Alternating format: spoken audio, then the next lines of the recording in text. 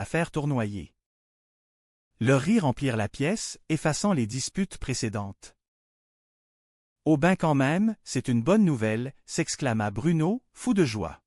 « Il faut annoncer ça à tout le monde à Bronzeville. »« Bien. Je viens. Je pense que ça s'est bien passé. »« C'est une super bonne idée, tu as eu bon sens. »« Merci. »« Ah », répondit Geneviève, radieuse. De retour dans la cuisine, ignorant ce qui venait de se passer dans le salon, Germaine s'affairait autour de la cafetière, tentant de calmer les battements de son cœur. La dispute avec Carole l'avait profondément secouée, plus qu'elle ne voulait l'admettre. Elle entendit un bruit provenant du fauteuil. « Hein? Tu veux prendre un petit café ?» lança-t-elle à la cantonade, croyant s'adresser à Adélard. « Ah non! Cet homme-là, il pense que tu es accroché au bout d'une corde de perruche. » Elle s'approcha, agacée. « Qu'est-ce qu'il veut encore? Je pense que tu es prêt pour mourir. Tu m'avoues que tu iras quand tu seras sûr? Non? Non? Non, non. C'est quoi son problème? Dis-lui qu'il se tienne tranquille, sinon je vais monter et prendre sa température. » Elle s'arrêta, réalisant qu'elle parlait toute seule. La maison était soudainement bien trop silencieuse. L'absence de bruit lui pesait plus que le vacarme. Un bruit de pas léger dans l'escalier la fit se retourner. Carole se tenait là, les yeux un peu rouges, serrant son manteau contre elle. Germaine sentit sa gorge se serrer, mais sa fierté l'empêcha de s'excuser directement. Elle fouilla frénétiquement dans les poches de son tablier. « Attends un peu. Attends un peu. Prends ça. » Elle tendit à sa fille un petit bout de papier déchiré, griffonné d'une écriture hâtive. Carole le prit, perplexe, fronçant les sourcils. « C'est quoi ça? » « Une encyclopédie universelle. »« Un numéro de téléphone? » Germaine détourna le regard, soudain très intéressée par la propreté de l'évier. « Oui, c'est ça. C'est le numéro de Tommy Lalancette. » Le silence tomba, lourd et chargé d'émotions. Carole fixa le papier, les yeux écarquillés par le choc. Germaine se mit à parler très vite, pour cacher sa vulnérabilité. « Ah? Tu sais comment est-ce que j'ai eu ça?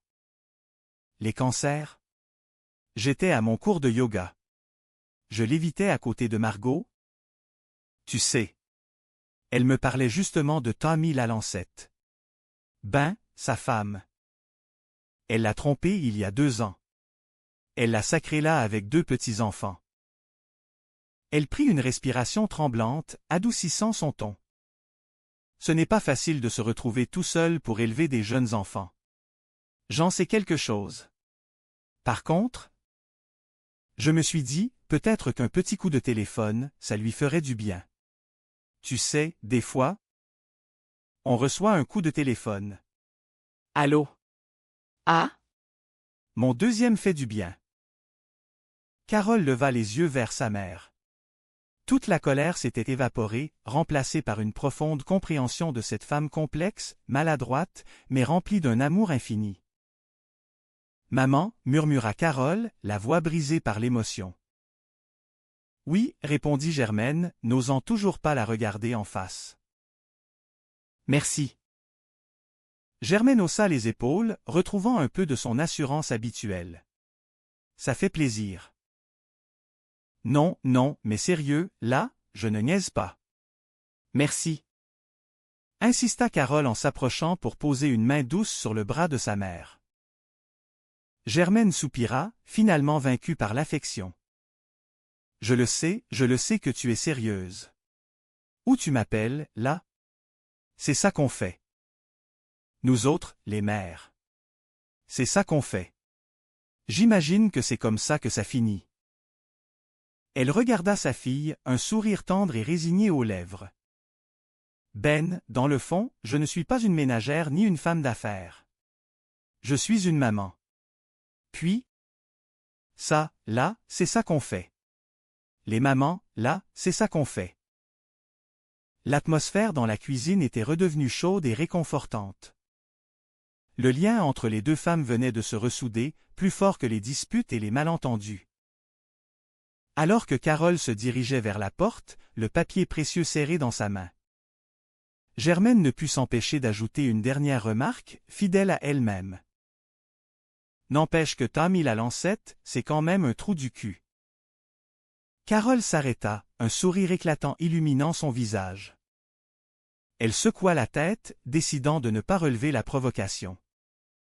Elle sortit dans la nuit étoilée, le cœur léger et plein d'espoir. Restée seule dans la cuisine, Germaine essuya une larme invisible au coin de son œil. « À qui tu parles, maman, là » murmura-t-elle dans le vide. « Non, personne. Personne. Je me parle à moi-même. Personne d'important. Bonne nuit. » Elle éteignit la lumière de la cuisine, laissant la petite maison de la famille Lebrun s'endormir sous le ciel bienveillant. Malgré les cris, les portes claquées et les désaccords, une chose était certaine. L'amour régnait dans ces murs, un amour bruyant, chaotique, mais indéfectible. Et demain, il y aurait encore le ménage à faire. Madame Lebrun season un épisode un crave sous-titre réalisé par la communauté d'Amara.org. Bienvenue chez Madame Lebrun. Qu'est-ce qu'il y a, grand-papa? Ça fait 3 jours que je ne dors pas à l'eau. Je faisais juste un petit peu de ménage, là. J'étais justement à ce point de prendre une petite pause, tu sais. Je dis ménage comme si c'était un abo, quand même. Ah? Bonne ta gueule, je suis bien sale. Il faudrait que je me nourrisse. Hey, prenne ça, je suis bien sale. Ça fait que... J'ai oublié d'ouvrir la cave pour lui. Hey, prenne ça? Ferme-toi, moi. J'ai élevé 6 enfants tout seul, mais on n'a pas remordu qui m'a donné autant de troubles que toi. Qu'est-ce que je disais, non? Ah, oui. Le ménage, ouais. L'autre jour, M. Curie m'a fait une petite visite, M. Curie Saint-Pierre. Et puis, yeux autour, il regarde la maison. Il dit, Madame Lebrun, vous et le bon Dieu, vous tenez une morde d'une belle mêle. Ah? J'ai dit, merci beaucoup, Monsieur Curie, merci beaucoup. Mais je pensais dans moi-même.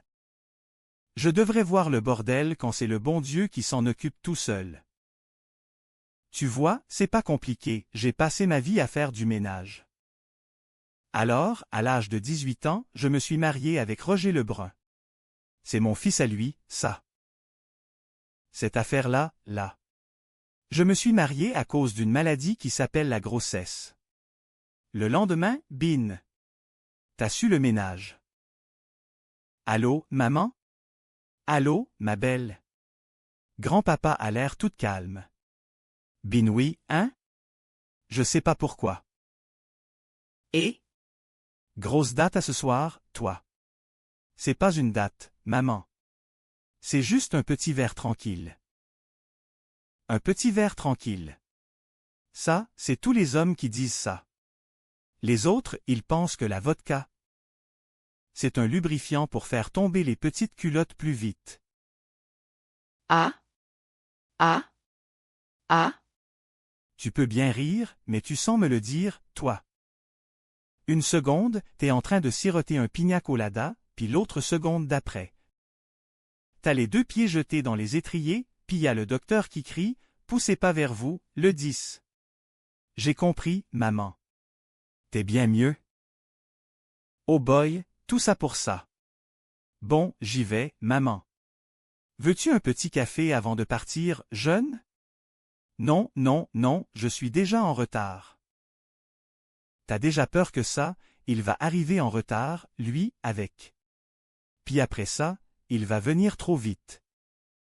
Tu parles de pas peur, là? Tu me jures pas que t'es mordu de Jaffer, toi? À plus. Oui? Ah? Ah? Ah? Carole, Carol, ma belle, Carol. Quoi? T'es magnifique. Merci,